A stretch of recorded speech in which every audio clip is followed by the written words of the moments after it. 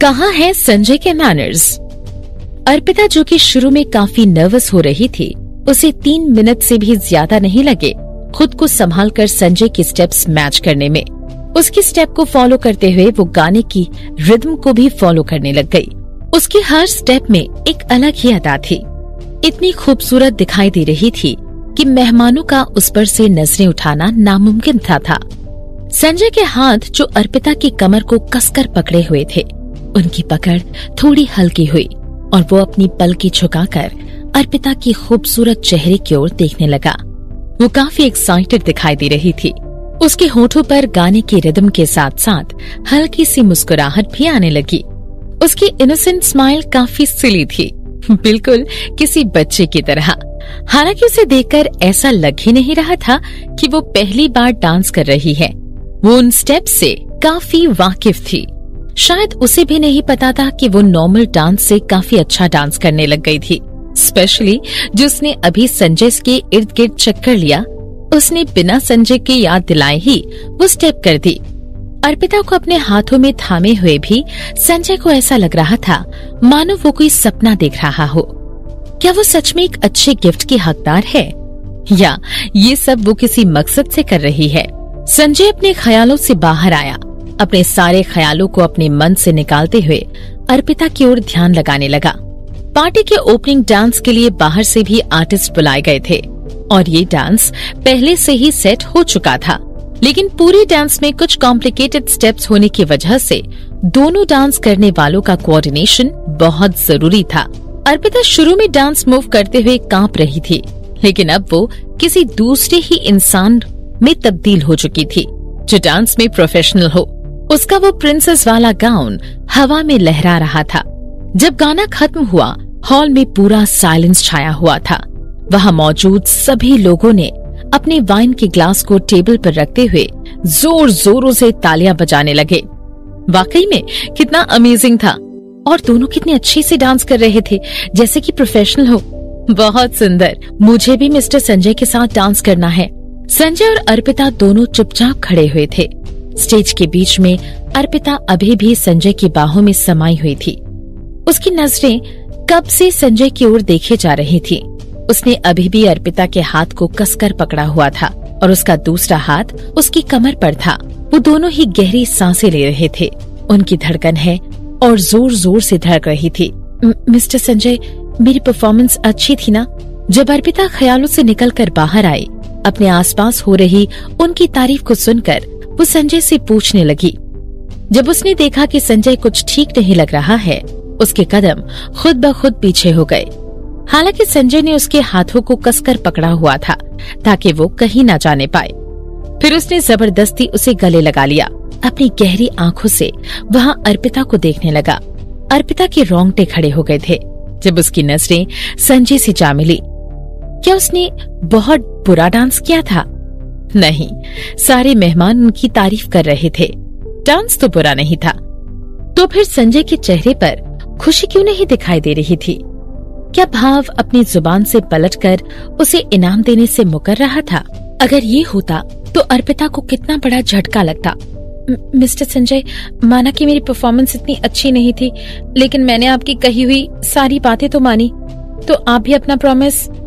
अर्पिता उसे अपने इनाम के बारे में याद दिलाना चाहती थी, इसलिए वो उसे किसी और तरीके से उसे याद दिलाने की कोशिश करने लगी।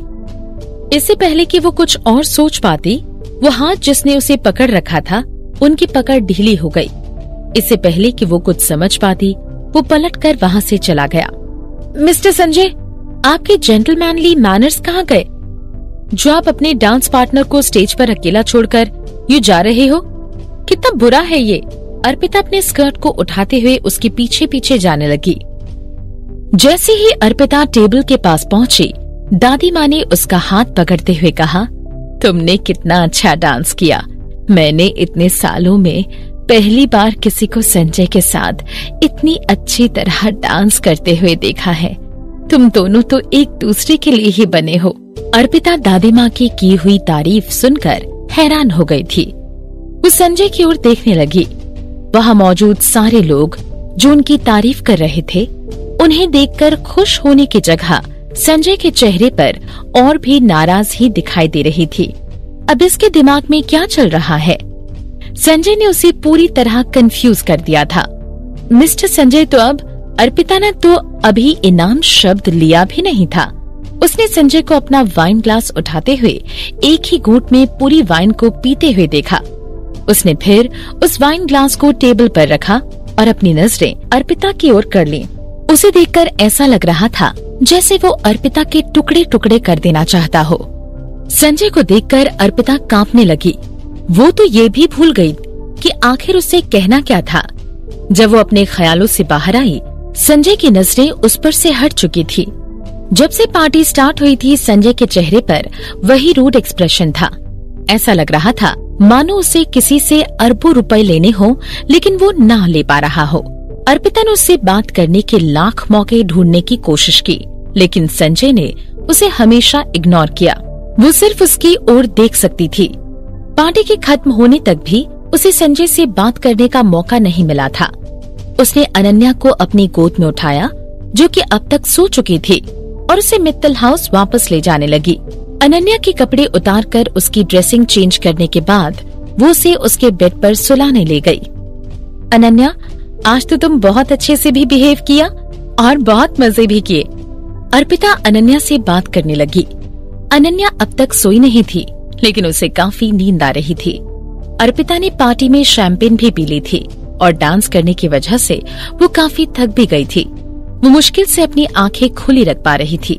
उसने अपने आप को किसी तरह जगाए रखा ताकि वो पहले अनन्या को सुलाकर अपने रूम में जा सके। संजय भी दादी माँ को उनके घर तक छोड़कर आया, मित्तल विला में जाने के पहले। मिस्टर संजय बस मित्तल हाउस पहुँचा ही था कि नौकर उसकी ओर भागकर उसके हाथ में रखी जैकेट को पकड़ने लगा। संजय ने अपने इर्द गिर्द देखा। अपने सामने किसी और को ना देखकर उसकी आंखें किसी सोच में पड़ गई। अनन्या कहाँ है? लिटिल प्रिंसेस बहुत थक चुकी थी, इसलिए अर्पिता उन्हें उनके रूम में सुलाने ले गई। नौकर ने जल्दी से संजय को रिपोर्ट किया। अर्पिता का नाम सुनकर उसके चेहरे पर शिकन आ गई और वो अपने हाथों से अपनी टाई को ढीली करने लगा। फिर वो नर्सरी रूम की ओर चला गया। जब रूम के दरवाजे के पास पहुंचा तो उसने देखा कि रूम का दरवाजा हल्का सा खुला हुआ था। रूम की लाइट बंद थी, लेकिन खिड़की के पास चांद की रोशनी अंदर आ रही थी। वो काफी शांति थी। वह दरवाजे को धक्का देते हुए अंदर चले गया। रूम में अनन्या आराम से सो रही थी। उसने अपनी टेडी बेयर को गले लगाए रखा था। अर्पिता भी उसके बाजू में सो चुकी थी। संजय आगे बढ़ा और उसने देखा कि अनन्या की स्टोरी बुक अभी भी अर्पिता के हाथों में थी। वो जरूर अनन्या के लिए कहानियां पढ़ पढ़कर थक चुकी होगी और यहीं सो गई। चांद से आने वाली किरणें उसके चेहरे पर और भी ज्यादा चमक रही थी। उसका नाजुक चेहरा किसी बच्चे की तरह था। वो शायद नींद में कुछ बड़बड़ा रही थी। संजय ने जैसे ही उसकी ओर देखा, उसकी आंखों के सामने पार्टी में हुई सारी बातें सामने आ गई। पहले उसका इतनी अच्छी तरह पियानो बजाना और फिर इतना ग्रेसफुल डांस करना। वो तो पंडोरा के बक्से की जैसी थी। एक के बाद एक राज और सरप्राइज खुलते जा रहे थे, जो उसे और भी रहस्यमयी बना देता। उसकी गाउन की बाहें छोटी थी, इसलिए शायद वो ठंड से कांप रही थी। संजय को याद आने लगा कि अर्पिता उसे किस तरह अफेक्ट कर रही थी। उसे सामने जाकर उठाने में उसे हिचकिचाहट होने लगी। जब उसने उसके हाथों को छुआ, वो खुद ब खुद उसकी बाहों में आ गई।